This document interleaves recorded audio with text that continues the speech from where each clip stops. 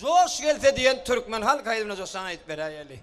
Armanıdır bu dünyadan gidince yakşı de yaman hatın duşu gelse diye.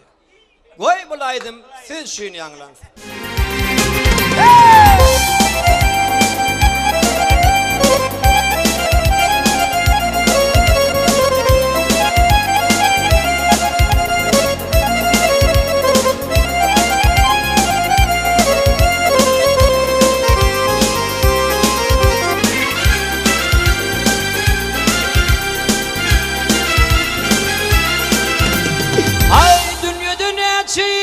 Vardır imçesi yaman. Dünyada ne şey vardır imçesi yaman. Bir olur yersiz kahrı zor geldi.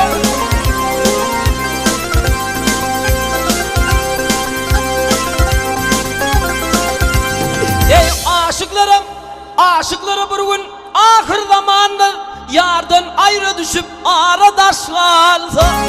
Vak vak aradaş kaldı.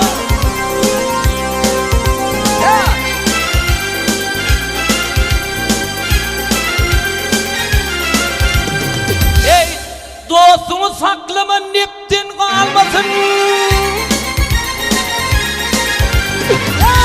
Saklama dostunu niptin kalmasın. Düşmanın saklama sırrın bilmedi. Ey ağaçtan algın, bir gün olmasın. İşmiş güller bir namarda duş gelse. Vak vak duş gelse. Yara birer yanlayıp köydüle canayım.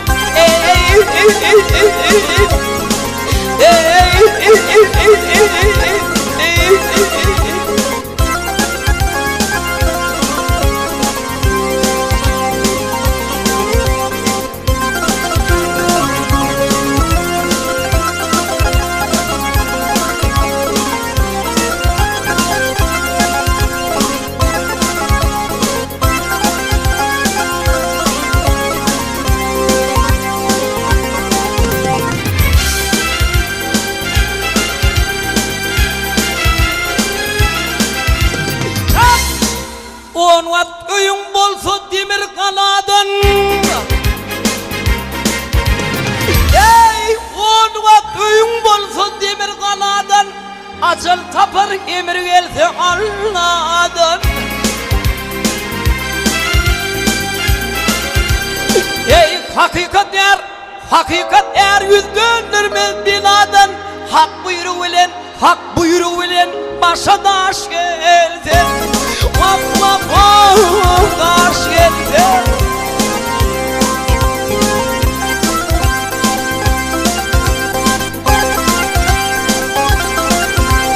Ey mağtumulu sözle aklın yetince. Mağtumulu sözle aklın yetince. Teki ben kadın bir kar yatınca.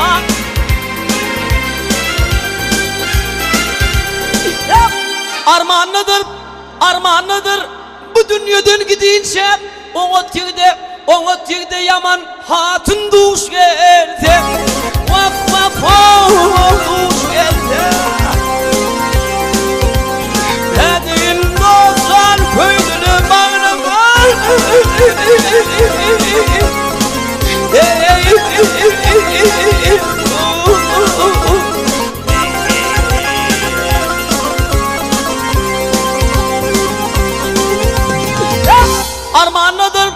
Armağanıdır bu dünyadan gidince. Ona tigde yakışıyı dedi yüz hatın duş gelse. Vak vak